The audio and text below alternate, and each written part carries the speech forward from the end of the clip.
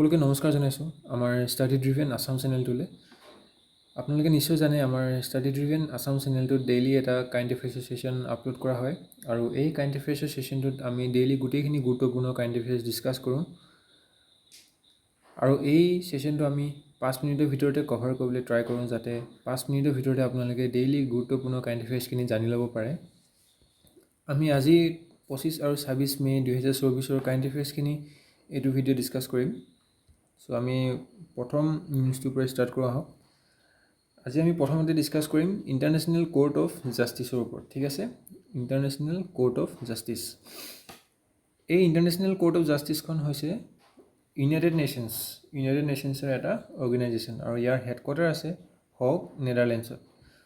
এতিয়া এই ICJ কথা আমি কিয় পাতিছোঁ, কাৰণ বৰ্তমান নিউজত আহিছে আৰু যোনটো টপিক বা কিবা এটা সন্থা বা যিকোনো বস্তু এটাৰ ওপৰত যেতিয়া নিউজত আহে তেনেহ'লে সেই তাৰে ওপৰত ষ্টেটিক কুৱেশ্যন অহা দেখা যায়। ঠিক আছে, আৰু ইণ্টাৰনেশ্যনেল কোৰ্ট অফ জাষ্টিছৰ প্ৰেচিডেণ্ট হৈছে নৱাফ ছালাম। ঠিক আছে, এইটো হৈছে ইউএনৰ এটা ইউনাইটেড নেশ্যনছৰ এটা অৰ্গেনাইজেশ্যন হয়। তাৰপিছত নেক্সট আমি ডিছকাছ কৰিম মিটছন ডেমটোৰ ওপৰত। ঠিক আছে, এই মিটছন ডেমটো ক'ত আছে?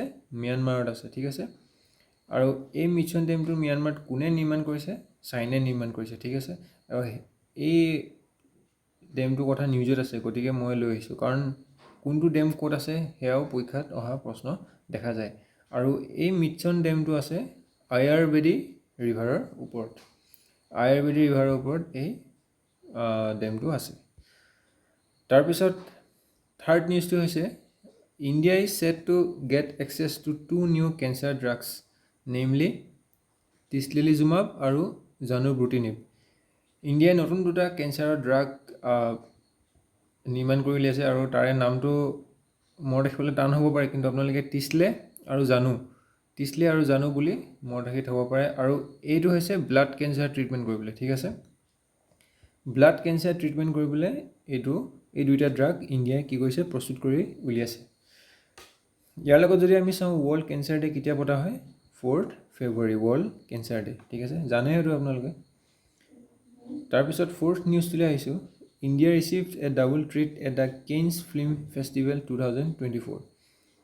ৰিচেণ্টলি ফ্ৰান্সত কেনছ ফিল্ম ফেষ্টিভেল হৈ আছে।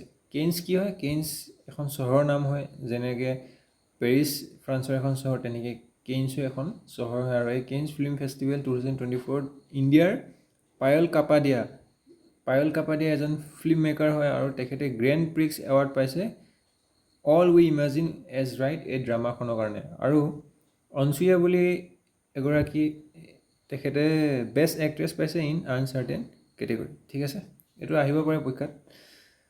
তাৰপিছত ফিফ্থ নিউজটো হৈছে বেদ্ৰবত Bharali became first Indian male lifter to win gold in World Youth Championship in Lima. ঠিক আছে, এই বেদ্ৰব্ৰত ভৰালী নামটো মনত ৰাখিব আৰু ক'ৰ হয়? আমাৰ আছামৰে হয়।